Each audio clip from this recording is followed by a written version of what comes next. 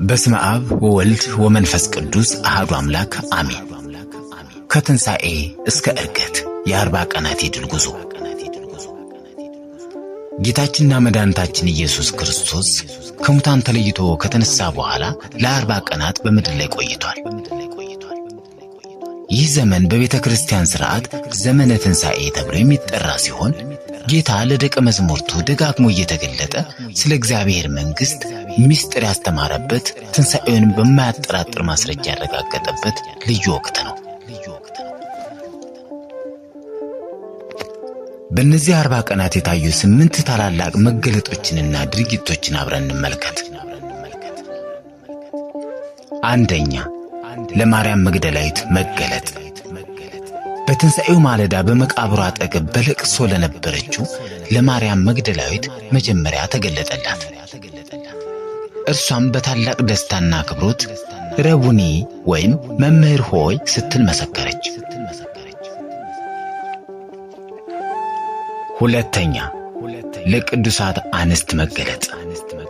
ከመቃብሩ ስፍራ ወደ ደቀ መዛሙርቱ ሲመለሱ የነበሩትን ሴቶች በመንገድ አግኝቶ ሰላም ለእናንተ ይሁን አላቸው።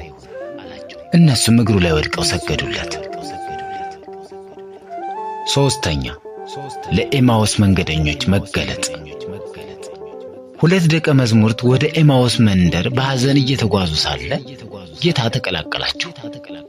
የመጽሐፍትን ምስጢር ከፈተላቸው። በማዕድም ላይ እንጀራውን ሲባርክና ሲቆርስ ማንነቱን አወቁት። አራተኛ፣ ለደቀ መዛሙርቱ መገለጥ ቶማስ በሌለበት። የመጀመሪያው ሳምንት እሑድ ምሽት ደቀ መዛሙርቱ በአይሁድ ፍርሃት በሮች ተቆልፈው ሳለ ኢየሱስ በመካከላቸው ቆሞ ሰላም ለእናንተ ይሁን አላቸው። የተቸነከሩ እጆቹንና ጎኑንም አሳያቸው። አምስተኛ፣ ለቶማስ መገለጥና የጥርጥር መወገድ። ቶማስ ካልዳሰስኩ አላምንም ባለ በ8ኛው ቀን ጌታ ደግሞ ተገለጠ። እጅህን አምጣና ጎኔን ንካ፣ አማኝ እንጂ ተጠራጣሪ አትሁን አለው። ቶማስም ጌታዬና አምላኬ በማለት አምላክነቱን መሰከረ። ስድስተኛ፣ በገሊላ ባህር ወይም ጥብርያዶስ የታየው ታምር። ደቀ መዛሙርቱ ዓሣ ሲያጠምዱ ውለው ምንም ባላገኙበት ወቅት ጌታ ተገለጠላቸው። በትእዛዙም መረባቸውን ሲጥሉ 153 ታላላቅ ዓሣዎችን ያዙ። በዚያም አብሯቸው ተመገበ። ለጴጥሮስም በጎቼን አሰማራ የሚለውን የኃላፊነት ቃል ሰጠው።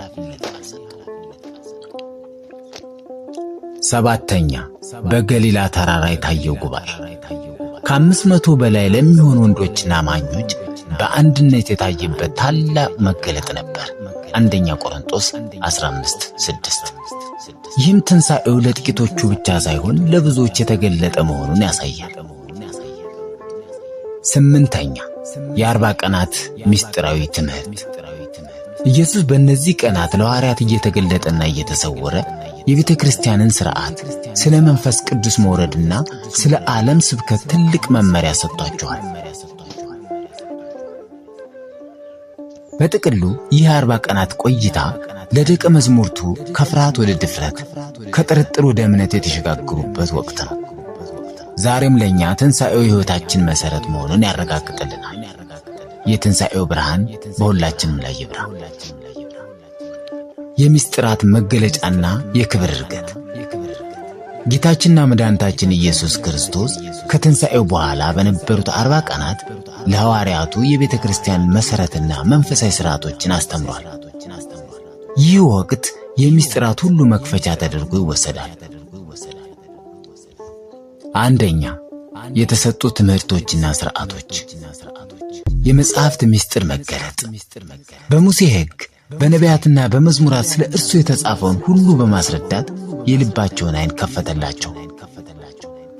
ስለ እግዚአብሔር መንግሥት፣ ለዓለም የሚሰብኩትን ወንጌልና ሰማያዊውን ምስጢር በዝርዝር አስተማራቸው። ሐዋርያት 1:3።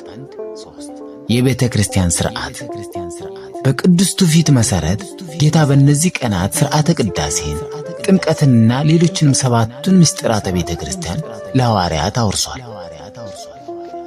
ልዩ ጉባኤያት እንደ ቤተ ክርስቲያን ትምህርት ጌታ በእነዚህ 40 ቀናት ውስጥ 3 ጊዜ ታላላቅ ጉባኤያትን ዘርግቶ ምስጢረ ኪዳንን አስተምሯል። ሁለተኛ በዓለ ዕርገት 40ኛው ቀን።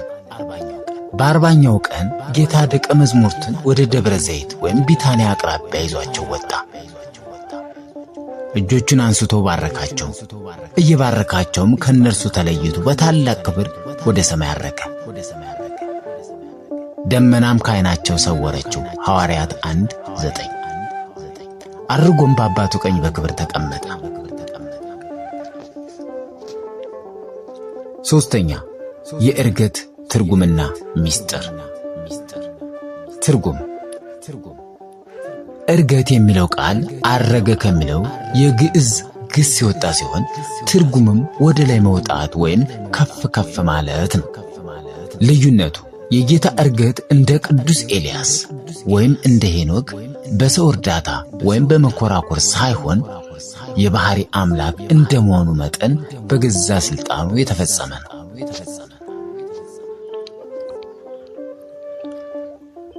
በጥቅሉ የጌታ ዕርገት የሰው ልጅ ተፈጥሮ ወደ ቀድሞ ክብሩ የመለሰ ታላቅ በዓል ነው። ለዚህ ክብር ያበቃን አምላክ ስሙ የተመሰገነ ይሁን። የሕይወት ስንቅ አስተማሪና አነቃቂ ቁም ነገሮች። ከትንሣኤ እስከ ዕርገት ያሉት 40 ቀናት የደስታ የተስፋና የዝግጅት ቀናት ናቸው። ጌታ ሐዋርያትን ለዓለም ድህነት አገልግሎት ያዘጋጃቸው እነዚህ ቀናት ለእኛም የሚከተሉትን ታላላቅ ትምህርቶች ያስተምሩናል። አንደኛ የጽኑ እምነት መሠረት። ጌታ በ40 ቀናት ውስጥ ደጋግሞ በመገለጥ ትንሣኤውን አረጋገጠ። ይህ ለእኛ ተራ ወሬ ሳይሆን በማስረጃ የተደገፈ የጽኑ እምነታችን መሠረት ነው። ሁለተኛ የመጽሐፍት ብርሃን። ጌታ ቅዱሳት መጽሐፍትን እንዴት ማንበብና መረዳት እንዳለብን አስተማረ። ቃሉን የምንረዳው በራሳችን ዕውቀት ሳይሆን ጌታ የልባችንን ዓይን ሲከፍትልን መሆኑን እንረዳለን። ሦስተኛ ከጥርጥር ወደ እምነት። ኢየሱስ ቶማስን አልነቀፈውም፣ ይልቁንም በፍቅር አስተማረው። ያላዩን ያመኑ ብፁዓን ናቸው የሚለው ቃል ዛሬ ላለነውና በዓይነ ሥጋ ለማናየው ለእኛ ትልቅ የመጽናኛ ትምህርት ነው። አራተኛ በፍቅር የታደሰ ንስሐ። ቅዱስ ጴጥሮስ 3 ጊዜ ክዶት ነበር። ጌታ ግን 3 ጊዜ ትክደኛለህ ብሎ በመጠየቅ በፍቅር መለሰው። ይህ ድርጊት ንስሐ ስንገባ ጌታ የቀድሞ ክብራችንን እንደሚመልስልን ማረጋገጫ ነው። አምስተኛ የዕርገትና የዳግም ምጽአት ተስፋ። የጌታ ዕርገት ተስፋችን ነው። እንደ ሐዋርያት በደስታ እንድንሞላ ያደርገናል። እንዲሁ ይመጣል የሚለው ተስፋ ቃል ደግሞ ሁልጊዜ በንቃትና በቅድስና እንድንጠብቀው ያነቃቃናል። ስድስተኛ የመንፈስ ቅዱስ ወይም የአጽናኝ ስጦታ። እኔ ባልሄድ አጽናኙ አይመጣምና ዮሐንስ 16:7። የጌታ ዕርገት መንፈስ ቅዱስ በእኛ ላይ እንዲወርድና በሕይወታችን እንዲመራን መንገድ ከፈተልን። ሰባተኛ የምሥራች የማብሰር ኃላፊነት። ሂዱና ለዓለም ሁሉ ስበኩ የሚለው ትእዛዝ ለሐዋርያት ብቻ ሳይሆን ለእኛም የተሰጠ ነው። ሁላችንም በሕይወታችንና በቃላችን ክርስቶስን ልንመሰክር ይገባል። ስምንተኛ የቤተ ክርስቲያን ሕይወት። ሐዋርያት ከዕርገት በኋላ በደስታ ወደ ኢየሩሳሌም ተመለሱ። ዘወትርም በመቅደስ እግዚአብሔርን እያመሰገኑ ነው። ይህ ለእኛ እውነተኛ የቤተ ክርስቲያን ሕይወት በምስጋናና በአንድነት የተሞላ መሆኑን ያሳያል። ዘጠነኛ የሰው ልጅ ተፈጥሮ ክብር። ጌታ በለበሰው ሥጋ ወደ ሰማይ ማረጉ የሰው ተፈጥሮ ከእግዚአብሔር ጋር ምን ያህል የከበረ መሆኑን ያሳያል። ይህ ደግሞ ሰውነታችንን በቅድስና እንድንጠብቅ ያስተምረናል። ማጠቃለያ ጌታ ሐዋርያትን ለዓለም ድህነት አገልግሎት ያዘጋጃቸው በእነዚህ 40 የብርሃን ቀናት ነው። እኛም ከእነዚህ ትምህርቶች ተምረን በትንሣኤው ተስፋና በዕርገቱ ክብር እየተመራን በደስታ መኖር ይገባናል። ክርስቶስ ተነስቷል፣ በእውነት ተነስቷል። ክብር ለፈጣሪ ይሁን። አሜን።